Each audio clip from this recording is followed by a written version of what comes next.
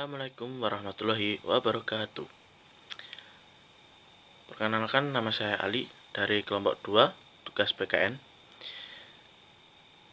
Kelompok 2 kami akan membahas tentang identitas nasional bahasa Indonesia. Di sini saya akan membahas tentang peran bahasa Indonesia. Peranan bahasa Indonesia sebagai alat menyerap dan mengungkapkan hasil pemikiran. Menurut Walija, bahasa ialah komunikasi yang paling lengkap dan efektif untuk menyampaikan ide, pesan, tujuan, perasaan, dan pendapat kepada orang lain. Setiap negara pasti mempunyai masing-masing bahasa. Begitupun di negara Indonesia. Indonesia memiliki bahasanya sendiri, yaitu bahasa Indonesia. Bahasa dapat mempersatukan suatu negara.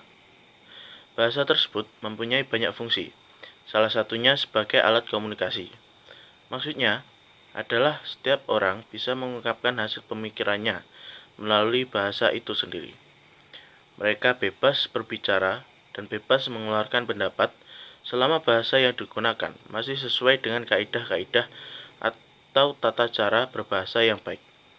Bahasa Indonesia mempunyai ketentuan-ketentuan di dalamnya, baik dalam tata cara penulisan, tata cara menyampaikan, begitupun dalam tanda bacanya, seperti titik, koma, tanda tanya, tanda seru, dan lain-lain. Peranan bahasa Indonesia yaitu 1. Adalah sebagai alat komunikasi. 2. Sebagai alat untuk mengekspresikan diri. 3. Sebagai alat integrasi dan beradaptasi sosial dalam lingkungan atau situasi tertentu. 4. Sebagai alat untuk melakukan kontrol sosial. Yang kedua yaitu fungsi bahasa Indonesia.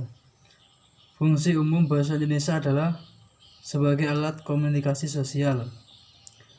Bahasa Indonesia pada dasarnya sudah menyatu dengan kehidupan manusia sehari-hari. Aktivitas manusia sebagai anggota masyarakat sangat bergantung pada penggunaan bahasa masyarakat setempat, termasuk gagasan, ide, pikiran, harapan, dan keinginan disampaikan lewat bahasa.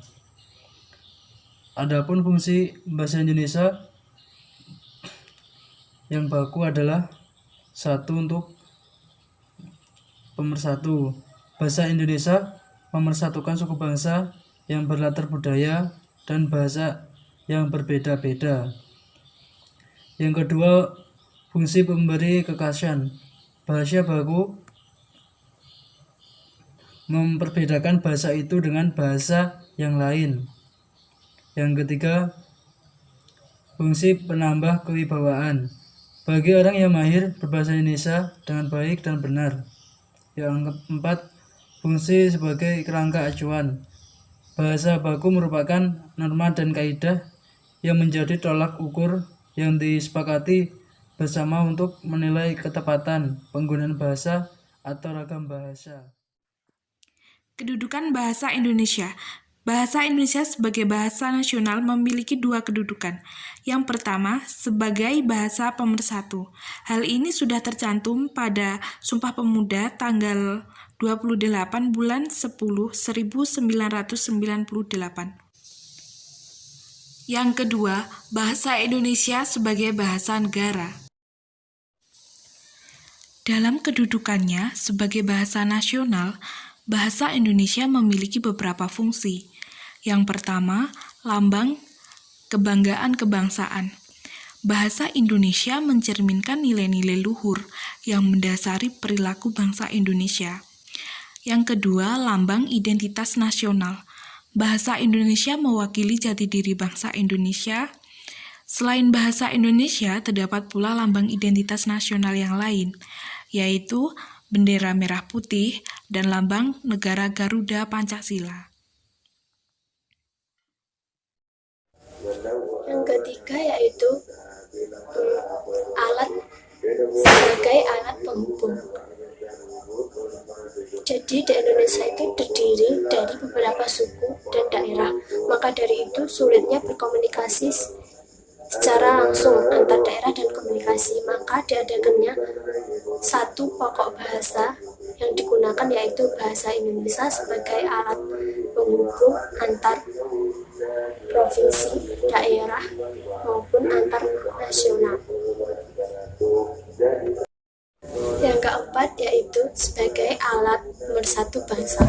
Mengacu pada keberagaman Indonesia dari berbagai suku, ras, budaya, maka bahasa Indonesia dijadikan sebagai media yang dapat membuat elemen-elemen masyarakat Indonesia itu bersatu. Selanjutnya, saya akan menjelaskan bahasa Indonesia sebagai bahasa negara. Kedudukan bahasa Indonesia sebagai bahasa negara dibedakan menjadi 4 bagian.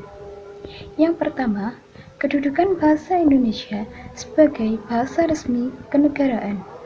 Kedudukan bahasa Indonesia sebagai bahasa resmi kenegaraan dibuktikan dengan digunakannya bahasa Indonesia dalam naskah Proklamasi Republik Indonesia tahun 1945. Sejak saat itu, bahasa Indonesia digunakan dalam setiap kegiatan pemerintahan, baik itu yang bersifat formal maupun informal. Yang kedua, kedudukan bahasa Indonesia sebagai pengantar dalam dunia pendidikan. Kedudukan bahasa Indonesia sebagai bahasa negara dibuktikan dengan digunakannya bahasa Indonesia dalam pengantar dunia pendidikan, yaitu mulai dari jenjang pendidikan taman kanak-kanak sampai perguruan tinggi. Hal lain yang dapat dilakukan yaitu dengan menerbitkan buku karya sendiri dan menerjemahkan buku-buku dari bahasa asing. Hal ini dapat membantu mengembangkan bahasa Indonesia sebagai bahasa ilmu pengetahuan dan juga. Langsung saja melanjutkan dari yang telah teman kelompok saya sampaikan sebelumnya, yaitu mengenai kedudukan bahasa Indonesia sebagai bahasa negara. Kedudukan bahasa Indonesia sebagai bahasa negara yang ketiga yaitu bahasa Indonesia sebagai penghubung tingkat nasional dan kepentingan pemerintahan. Hal ini dapat dilihat atau dibuktikan dengan digunakannya bahasa Indonesia dalam hubungan antar badan pemerintahan dan penyebarluasan informasi kepada masyarakat untuk kepentingan perencanaan dan pelaksanaan pembangunan. Hal itu dapat dilakukan dengan mengadakan penyeragaman sistem informasi dan mutu media komunikasi massa agar isi atau pesan dapat dengan cepat dan tepat diterima oleh semua orang. Yang keempat yaitu bahasa Indonesia sebagai alat pengembang kebudayaan, ilmu pengetahuan, dan teknologi. Kita tahu kebudayaan Indonesia beragam dan berasal dari masyarakat yang beragam pula. Hampir tidak mungkin dapat disebarluaskan kepada masyarakat Indonesia tanpa menggunakan satu bahasa nasional yang digunakan, yaitu bahasa Indonesia. Begitu pula penyebarluasan ilmu pengetahuan dan teknologi, baik melalui buku-buku pelajaran, majalah-majalah ilmiah, buku-buku populer,